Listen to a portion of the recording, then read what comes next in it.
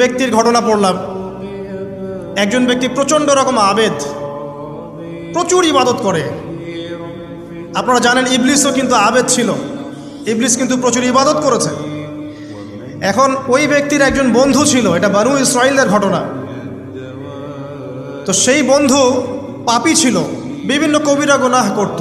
আর এই আবেদ ব্যক্তি বারবার তাকে নসিহত করত, গোনা ছেড়ে দাও, তুমি পাপ করছো, গোনা ছেড়ে দাও।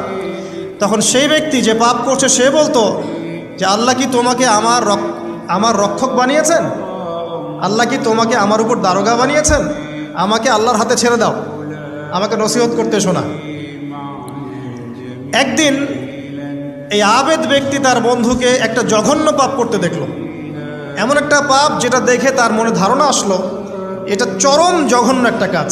তখন সে মুখ ফুসকে বলে ফেলল যে আল্লাহ তোকে আর মাফ করবে না, আল্লাহ তোকে জান্নাত দিবে না।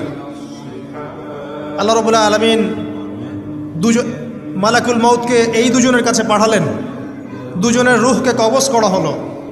এবার আল্লাহ পাক তার সামনে তাদেরকে উপস্থাপন করে বললেন যে তোমাকে আমার রহমত সম্পর্কে কে গ্যারান্টি দিয়েছে যে আমি কাউকে রহমত করব কি করব না? যাও, আমি তোমাকে জাহান্নামে পাঠালাম, ওই ব্যক্তি যে আমার রহমত প্রত্যাশা করেছে আমি তাকে জান্নাত দিয়ে দিলাম।